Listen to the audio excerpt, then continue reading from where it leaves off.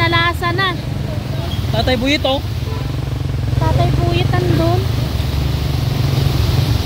Labang ba na dito guys. Parang alon ng dagat.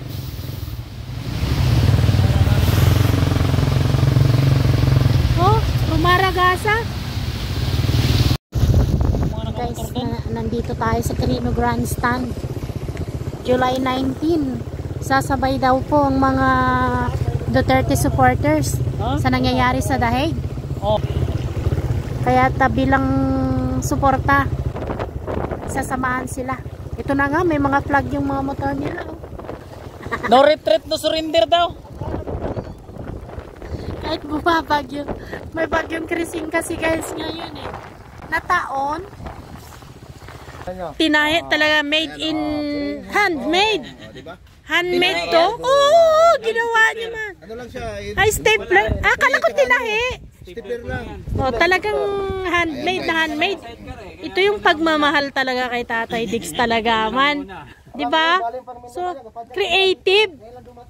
Ayan oh. Mga taga-Bukid nun talagang Shout out sa mga taga Bukid. patalikod nga sir para makita nila ng bongga. Oh. Grabe ang mga lalaki, di kasi marunong manahe. Stapler lang. Ayan si Sikat guys. Naka-stapler lang ha.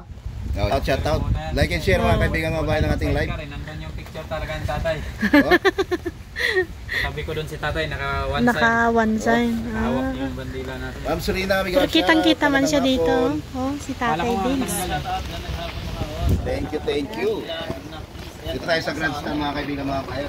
At andito na rin yung mga riders, ano, hinihintay po yung mga kasamahan natin na mag-motorcade.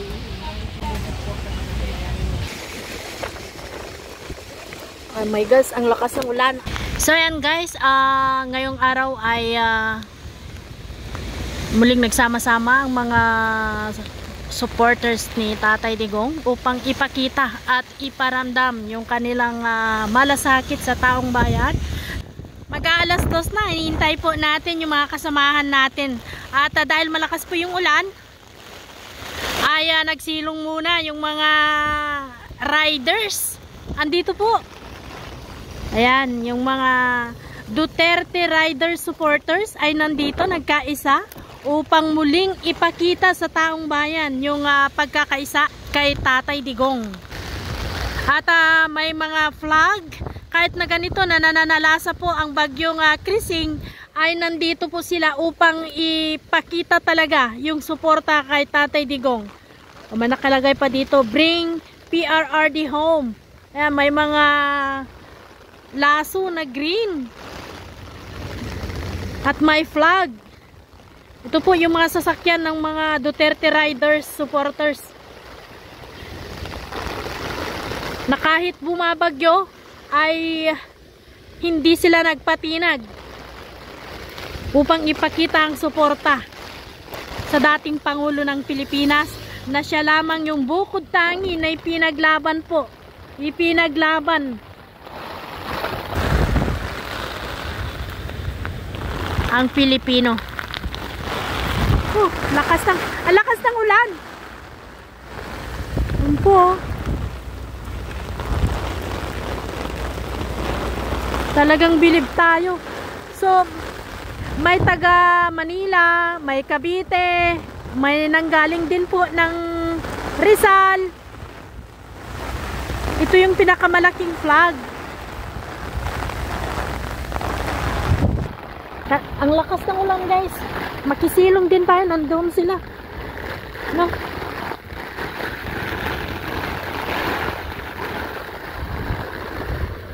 Sumabay po ang Pilipinas doon po sa ginagawang pagkakaisa ng mga OFW sa Daheg.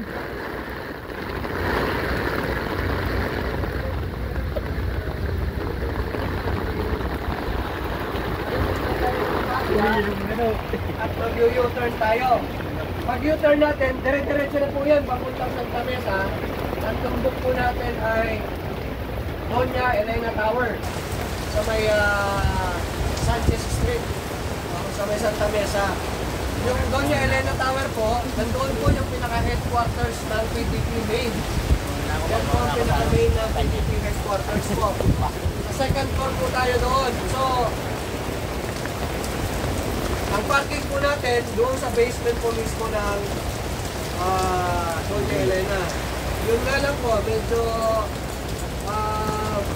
paka-pay parking yun. No? So most likely baka magbabayad tayo ng ating pay parking. Hindi ko lang alam kung magkano, siguro nasa mga 30 pesos. At tingnan natin kung papapakiusapan natin na kahit mga, usually naman yan mga 3 hours eh. Diba? Pagka 3 hours saka mag-succeeding. So mag-a-attend tayo ng prayer rally doon ng 5 o'clock. Alam na rin ng taga-PDP at naisuan ko na rin si Kuya Coco Nahin. Si Sikat, nasa na si Sikat Bukid mo? Para po sa mga hindi pa po nakakilala or wala kanina, ay pakilala ko lang po sa inyo si Sikat Bukidnon. No? Si Sikat Bukidnon, siya po yung nagbibisikleta lang at iniikot niya po yung buong Pilipinas. No? At ngayon, nandito siya sa Manila, nakadalawang buwan na, no? Nakadalawang buwan na siya na nagbibisikleta lang. Pagkatapos niya dito sa Manila, ay babalik din po siya sa papuntang Mindanao. Taga Mindanao po siya. Original mo, Bukidnon. Original province niya is Bukidnon lang. Yung bisikleta niya nandito. Kaya lang, hindi niya na nadala dahil tama lang naman na yun at baka mamaya hindi makaurong sa mga baha. No? At mag-OBR na lang po siya sa mga kasama natin. So siya po, kaya pagbigyan ko na lang po siya makapagsalita din po siya at makapagpakilala sa sarili niya. At tayo po bilang sa DRS, dahil meron po tayong adhikain din po na para sa bayan, sa Diyos, sa bayan at sa kapwa, yung mga ganitong advokasya ay magtutulungan-tulungan po tayo. Ganon din naman po ang DRS, ay meron din po tayong advokasya na tinutulungan din po tayo ng ibang mga sektor ng mga non-government organizations. So, bigay ko po yung floor kay Sikat para magpakilala po siya sa kanyang sarili. At gayon naman din na sabihin niya yung kanyang mga advocacy sa sinusulong niya po advocacy sa kanyang pagtakbo. Isang rangalan po na maka-attend po sa ganitong pag-ikot. Ako po yung ikot talaga sa buong Pilipinas using sidecar na may bisikleta po. Mula Bukidnon ay tinumbo ko na po yung 40 provinces sa buong Pilipinas para ilapit sa mga local officials, mayor, governor, yung patungkol po sa pagsuporta sa panukalang batas na anti-elderly abuse. Sinimulan po yung aking paglalakbay dahil naging biktima yung aking lola sa isang pang-aabuso sa isang sariling pamilya. Kaya ito pong paglalakbay ko, naalay ko po ito sa ating mga kanilang Pilipino. Ang nagsulong po nito ay si Congressman Paulo Duterte, House Bill 4696, ang Anti-Elderly Abuse Act.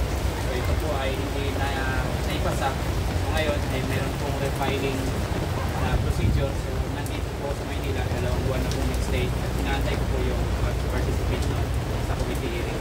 So while here, ay nabasa ko po yung mga post nila po na meron po kayong gaganapin at motorcade here. Pumunta po ako, kahit hindi ko man nadala yung bisikleta, at least dito ako personal na nag-represent ako bilang Sikat Pilipinas naglalakbay. Maraming salamat po sa katawan na makalawak dito at isa po na tinitingala ko yung ating former President Tatay Digong na naging ilaw ng ating mga matatanda na kanyang hangat ay maging magpanatag yung ating mga rutaan mga po sa susunod sa mga henerasyon na hindi po tayo makakos. Yan lang po, maraming salamat. Ayan, palakpakan po natin si Sikat Bukidnon. Mabuhay si Sikat! Mabuhay! Mabuhay ang DRS! Mabuhay!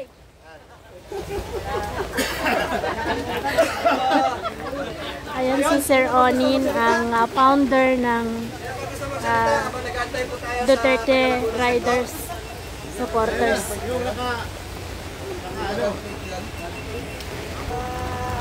Lakas ng ulan. Welcome po. At tayo po ay naka-live din po sa mga vlogger po natin. Meron pa po salita. Basta si Amal. Si Amal, galing pa po ng ano?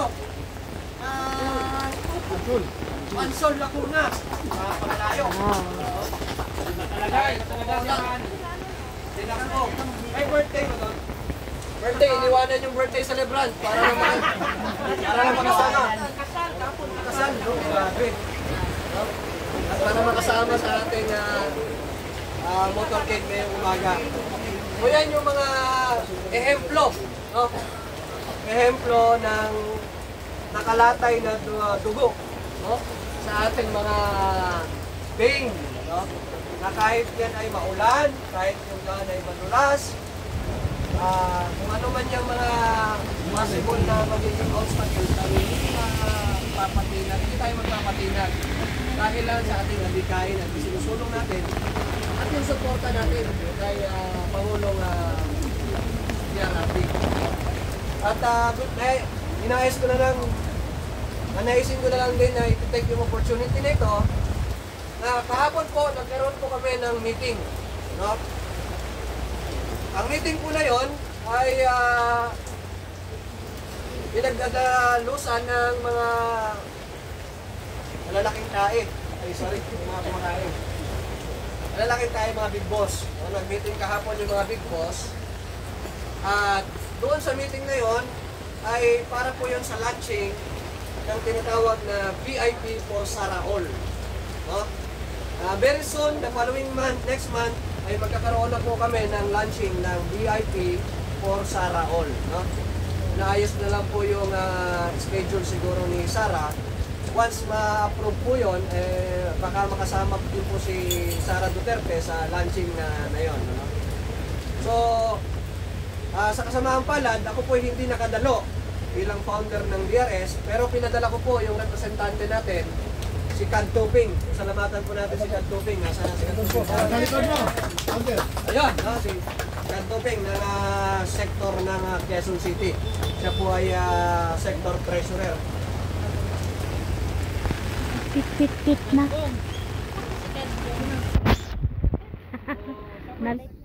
Treasurer ng DRS Quezon City. Kasama po niya si Sector President Cad Gilbert Santiago. At pinadala ko po siya, nagpadala din po ako ng sulat doon sa opisina na bilang hindi ko pagdadalo ay behalf sa akin ay sila ang naging representante. So accordingly, sabi ni Cad Tuping na yun na nga, nagkaroon ng pangalawang pagpupulong at yung pangatlong pagpupulong ay magaganap sa August 3 and most likely tentative schedule ng launching ng VIP for Sara All ay August 10. No?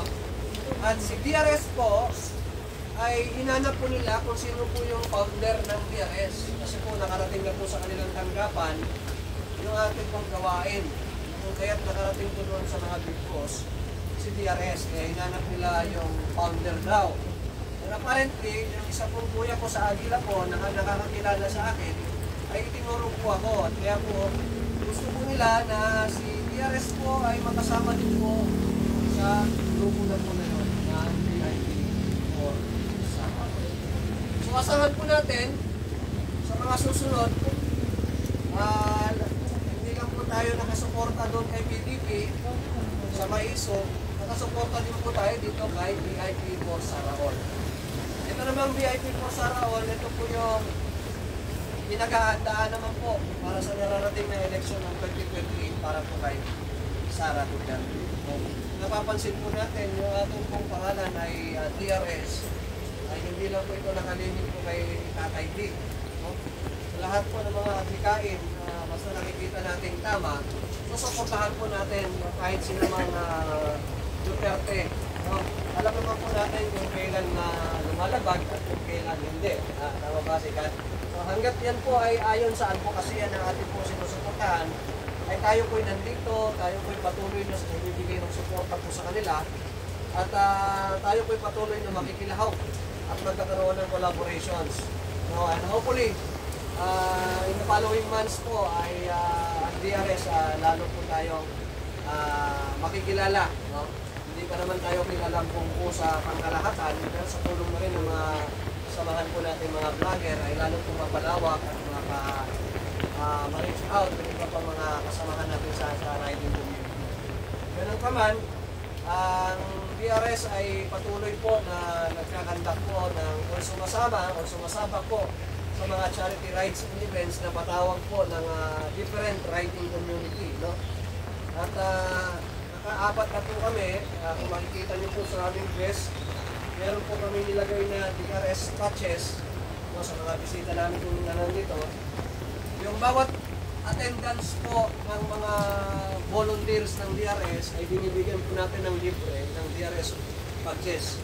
So yung patches ay para lang po ito sa mga legitimate member, yung registrado, yung may vest. Kasi para lang po kasi talaga yung patches sa may vest.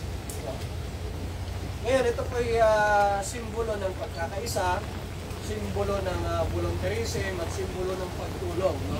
Kung kayo po ay may mga patches, ibig sabihin po, kayo po ay sumasabak doon sa isang patawag ng riding group upang matulungan yung kanilang kanya-kanya mga beneficiaries. So bilang pasasalamat sa ating mga miyembro, tayo po ay nagbibigay ng libre ng mga patches. No? Yan po yung patunay na ng ating pakikisa na buong puso po tayong nakikilahok doon sa ating pagtulong. So si DRS po ay tuloy-tuloy po yung ating schedule. Kung mapapansin nyo po, meron po tayong schedule of activities doon sa ating group page. Talagang minsan ay dalawang schedule po, katulad na lamang ng nangyari noong July 13, no? Na merong community rights and tree planting na naganap sa Tanay Rizal. No? Sino po yung nakasama sa Tanay Rizal? Taas kamay. Yan sila po ang mga nakasama sa Tanay Rizal. And at the same time po ay yung ibang grupo naman po ay sumabak naman po sa Balayan, Batangas. Ito naman po yung mga nakasama sa Balayan, Batangas. So yan, no. So mapapansin po natin, walang tigil, no. At bukas po, meron na naman community charity rides and events na magaganap naman sa Naik, Cavite. No? Simultaneously po, meron din po magaganap na charity event para naman po sa pagtulong sa 200 students sa may Bulacan. No? Sad to say, hindi natin mapuntahan doon physically, but nag-pledge po tayo doon ng financial support para po makatulong sa estudyante ng kanilang mga beneficiary. 200 students po yun. So simultaneous po bukas, July 20 po, meron po tayong charity sa Bulacan, meron din po tayong charity sa Naik. At Naik, nandun po yung physical attendance po natin. Sa Bulacan naman po, nandun po yung financial support po natin sa kanila. And July 27, ang DRS po ay meron po tayong sariling charity rides and event. Yung ating pong kapatid ng ating isang kasama ay may urgent needs or emergency or as soon as possible, ooperahan po yung kanyang puso. Siya po ay binata pa, 19 years old, ano?